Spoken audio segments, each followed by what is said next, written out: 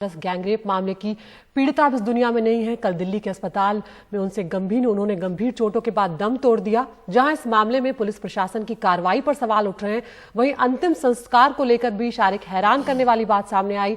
परिजनों और गांव वालों की भारी विरोध के बीच पीड़िता का अंतिम संस्कार जबरन आधी रात को कर दिया गया। परिवार और गांव वालों का कहना है कि अभी अंतिम संस्कार नहीं करेंगे, ये वो कहते रहे, लेकिन पुलिस नहीं मानी और रात के अंधेरे में ही अंतिम संस्कार कर दिया गया। परिवार वालों का आरोप है कि बच्ची की शक्ल भी नहीं देखने दी गई। 19 साल की दलित लड़की के साथ हुई बर्बरता को लेकर राजधानी दिल्ली समेत कई जगहों पर विरोध प्रदर्शन हुआ। सफदरजंग अस्पताल के बाहर भी हंगामा हुआ। पीड़िता के पिता और भाई धरने पर बैठ गए। उन्होंने सुरक्षा मांगी और कहा कि परिवार को शव सौंपा जाए। उन्होंने आरोप लगाया कि हमें नहीं पता शव कहां है, जबकि पुलिस का कहना था कि शव अस्पताल में ही है। तो 15 दिन संघर्ष करती रही ये बच्ची।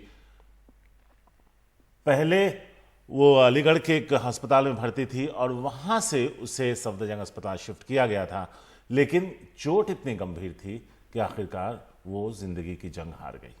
बिल्कुल, और ये बेहद हैरान करने वाला मामला इसलिए भी है मुकेश, क्योंकि शुरू से यहाँ पर पुलिस की कार्रवाई जो है उस पर सवाल उठते रहे। मुकेश सिंह सेंगर हमारे सहयोगी जो हैं वो यहाँ पर हमारे साथ जुड़ गए हैं। मुकेश, आपको पूरी खबर पता है कि क्या कुछ हुआ पिछले 15 दिनों में, लेकिन मुकेश और ज्यादा हैरान करने वाली बात ये है कि परिजन जो है वो शव देख नहीं पाते हैं बच्ची का अपनी, वो उसे घर ले जाने की गुहार कर रहे हैं, लेकिन पुलिस ने एक नहीं सुनी और अंधेरे में रात के अंतिम संस्कार कर दिया गया।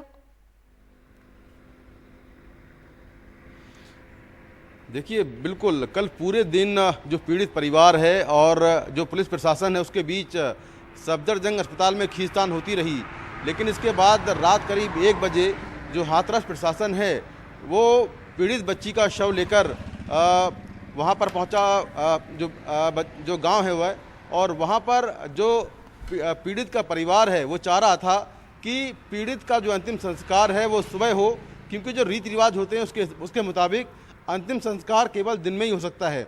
लेकिन पुलिस प्रशासन ने पीड़ित परिवार से बातचीत करने के बाद जब बात नहीं बनी तो प्रशासन ने पीड़ित परिवार को अकेला छोड़कर जो पीड़ित लड़की है उसका अंतिम संस्कार करवा दिया।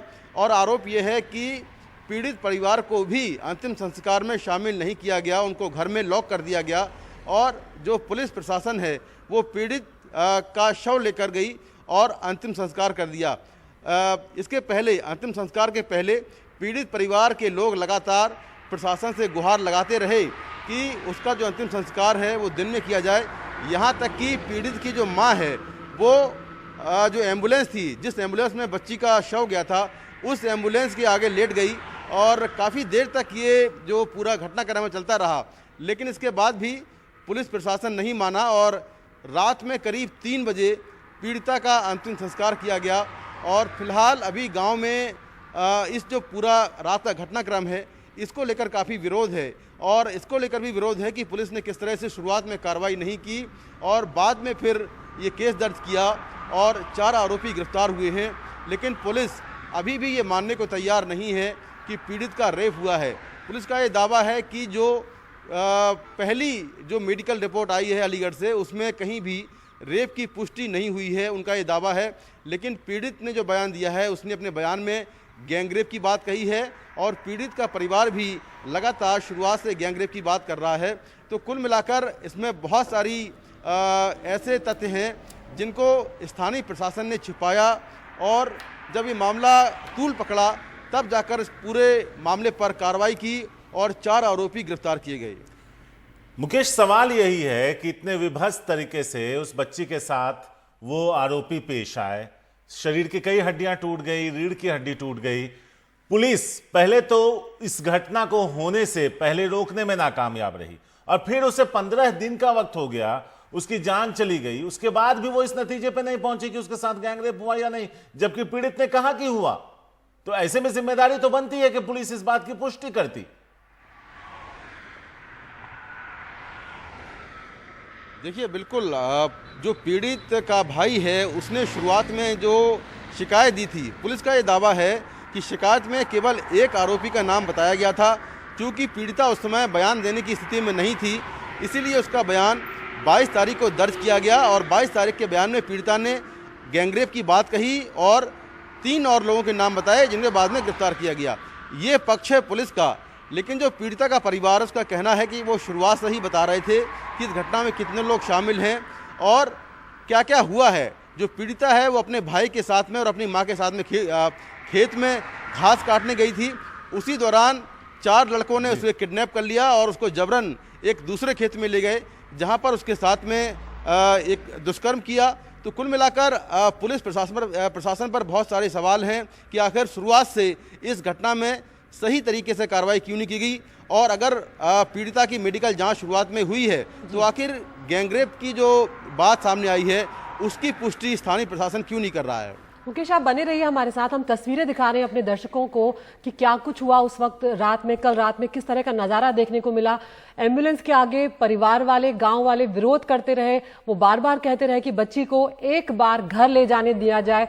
उनकी मां जो है वो बिलखती रही, पुलिस से गुहार लगाती रही, लेकिन भारी तैनाती थी यहाँ पर पुलिस बल की और एक भी नहीं सुनी गई। ये शोर आप सुन सकते हैं, एक बार हम अपने दर्शकों को सुनाना चाहेंगे क्या कुछ चल रहा था उस वक्त।